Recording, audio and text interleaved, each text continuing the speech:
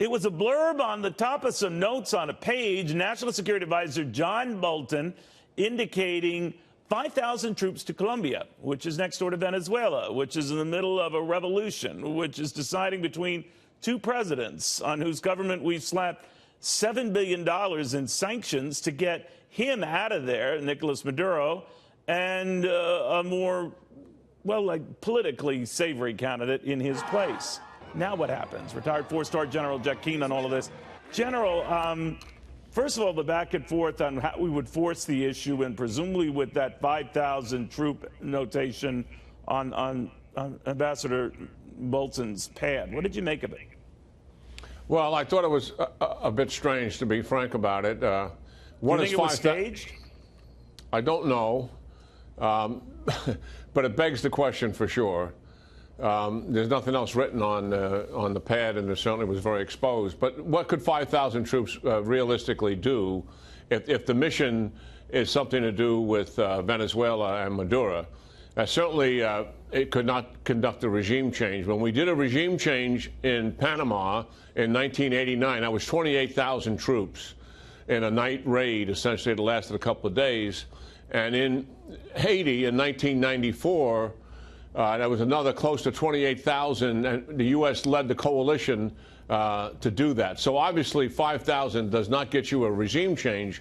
It would be likely in the event that we have a security problem with our Americans who are at the embassy, and it would exceed the capability of some Marines that are also on standby to go in there, which is a smaller group.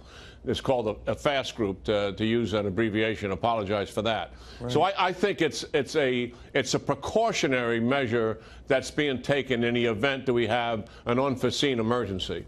So let me ask you, General. We are in favor of getting Nicolas Maduro out of there. We argue that he does not represent the will of the people, and this opposition leader, Juan Guaido, does. And to put the pressure on, besides these 5,000 troops in Colombia, which might or might not be in the plans, but they're raising eyebrows, we've obviously got this move against the state-run oil company to freeze it, essentially, on getting its goods out and back to the government. So how does that affect the generals who typically have been and remain behind Maduro? What would shake them off? Well, you put your finger right on it. I mean, the sanctions are certainly a good thing because they are significant and it will take its toll. But like all sanctions, it takes a while for that impact to occur. The generals are fundamentally corrupt. This is a dictatorship, a repressive regime. They're being paid off by Maduro and other regime leaders. So clearly their loyalty and their future is tied to him. I think Guaido has done a good thing by saying, listen, I'm guaranteeing you amnesty if you walk away from supporting Maduro.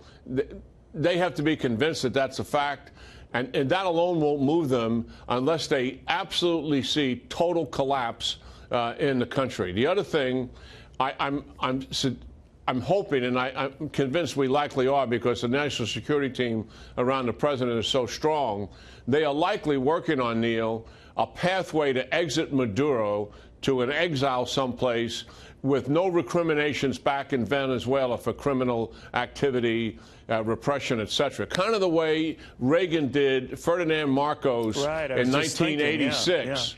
That was engineered very smoothly, got him off to Hawaii. There were hundreds of thousands of people in the streets. It was going to turn into a violent bloodbath, and the administration certainly engineered the right answer to that. This is more complicated because we may not have the relationships with Maduro that Americans had certainly with Ferdinand Marcos for years. But there are other people in the region who do. Likely that is going on, and it's not visible to us. And hopefully that'll be the answer. Fingers crossed. General, thank you very, very much. We appreciate it.